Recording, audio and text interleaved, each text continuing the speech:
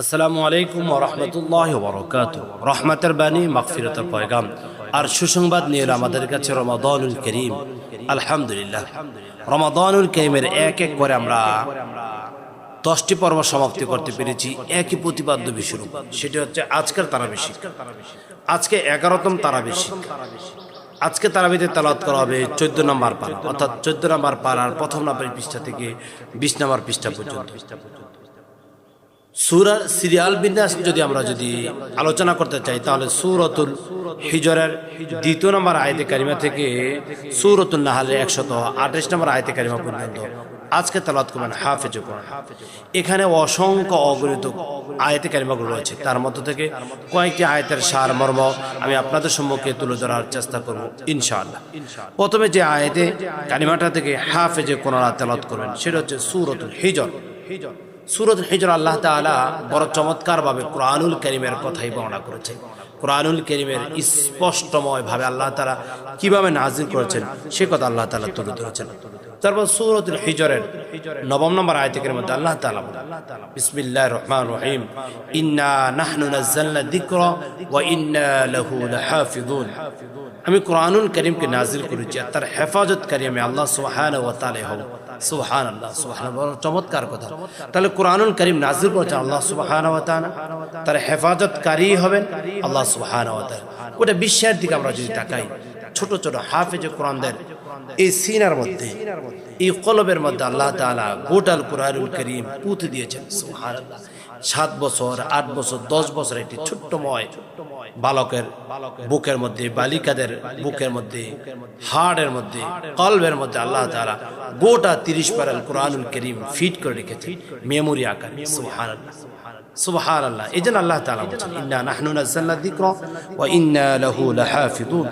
তারপর সূরাতুল হিজরের দিকে যে আরো আমরা তাকাই, 30 নম্বর আয়াতের মধ্যে আল্লাহ তাআলা বলেন, ওয়া ইন্না লানাহনু নুহয়ি ওয়া নুমীত ওয়া নাহনুল ওয়ারিসুন।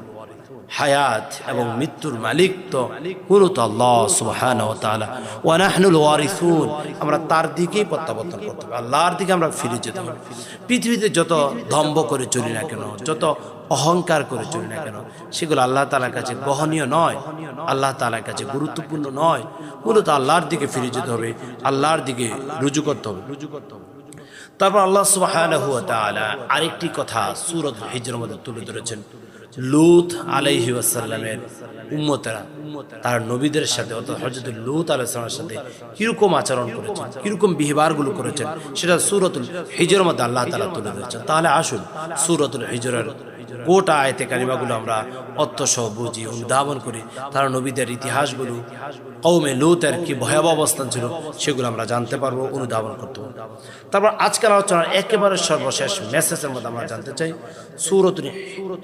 সূরাতুল হিজরের একেবারে সর্বশেষ আয়াত 99 নম্বর আয়াতের মধ্যে আল্লাহ তাআলা বলেন, ওয়াবুদ রাব্বাক হাত্তা ইয়াতিয়াকাল ইয়াকিন। তুমি তোমার রবের ইবাদত করো ততক্ষণ না পর্যন্ত যতক্ষণ না তোমার কাছে মৃত্যুর ঘর করা চলে আসে। অর্থাৎ আপনি আপনার রবের ততক্ষণ ইবাদত করবেন যতক্ষণ না পর্যন্ত মৃত্যুর ঘর করা চলে না আসে, ততক্ষণ পর্যন্ত আপনি আপনার মহান রবের ইবাদত করবেন। 1 সেকেন্ড 1 মিনিট আগে ইবাদত থেকে দূরে থাকা যাবে না, মৃত্যুর আগ মুহূর্ত পর্যন্ত আল্লাহর ইবাদত করতে হবে। সেজন্য তো আল্লাহ তাআলা সূরা আল বাকারার শুরুতে বলেন, ইয়া আইয়ুহান নাস উবুদু রাব্বাকুমুল্লাযী খালাকাকুম। ও পৃথিবীর মানুষেরা, তোমরা তোমার রবের ইবাদত করো, তোমরা তোমার রবের দাসত্ব প্রচার করো। তাহলে আমরা যতদিন পৃথিবীতে বেঁচে থাকবো মহান রবের ইবাদত করব। এটাতে হচ্ছে রমাদানুল কারীম মাস। আসুন না গোটা রমাদানুল কারীম মাস জুড়ে আল্লাহ ইবাদত করে শিক্ষা গ্রহণ করে বাকি 11টি মাস আমরা সাজিয়ে নিই, গুছিয়ে নিই, ইবাদতের মাধ্যমে আল্লাহ তাআলা আমাদের কবুল করুন। আলহামদুলিল্লাহ, আমরা এক এক করে ধারাবাহিকভাবে আজকে পর্যন্ত আমরা 11টি পর্ব সমাপ্তি করতে পেরেছি।